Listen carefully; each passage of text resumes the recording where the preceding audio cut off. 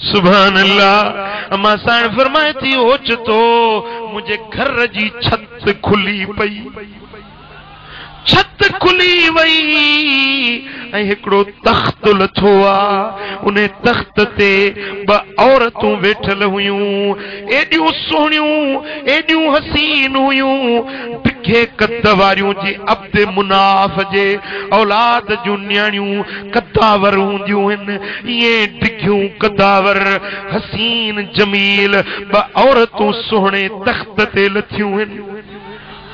मूं पुछो अम्मा वो सोहनी सूरत वारियूं तव्हां केर आहियो? घर कीअं खुली पियो? सुभान ही छत मां तव्हां कीअं लथियूं आयो?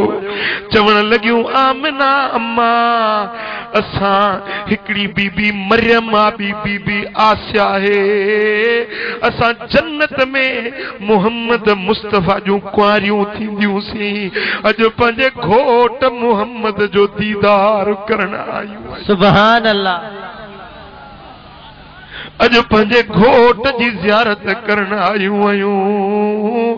तू जो अकेली हुई है, तू जो घर में अकेली हुई है, तू जो परेशान पे थी है, असां तोखे दिलदारी ॾियण आयूं आहियूं त अम्मा तू दिलगीर न थी, तुंहिंजो बच्चो सॼी दुनिया जो सरदार अची वियो आहे। अम्मा साईं फरमाए थी जेॾी महिल महबूब जी विलादत थी त ओचितो महबूब खे ॾिसां त सिर खणी सजदे में रखियो। ॿार ॼमंदा आहिनि त ॿार रोंदा आहिनि, महबूब सिर सजदे में रखियो आहे ऐं आवाज़ पियो अचे त रब हबली उम्मती, रब हबली उम्मती, ए मुंहिंजा पालनहार मुंहिंजी उम्मत मूंखे बख़्शे ॾे, मुंहिंजी उम्मत मूंखे बख़्शे ॾे, मुंहिंजी उम्मत मूंखे बख़्शे ॾे, मुंहिंजी उम्मत मूंखे बख़्शे ॾे।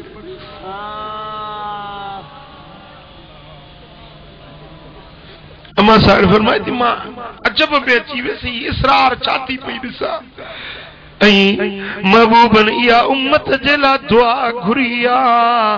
पोइ हुज़ूर अलैहिस्सलातु वस्सलाम जन जेॾी महिल हीअं लेटाया विया आहिनि, अम्मा फरमाए थी त महबूब जा चप मुबारक चुरिया पिया ऐं बार बार इहो आवाज़ पियो अचे त मुंहिंजा रब मुंहिंजी उम्मत मूंखे बख़्शे,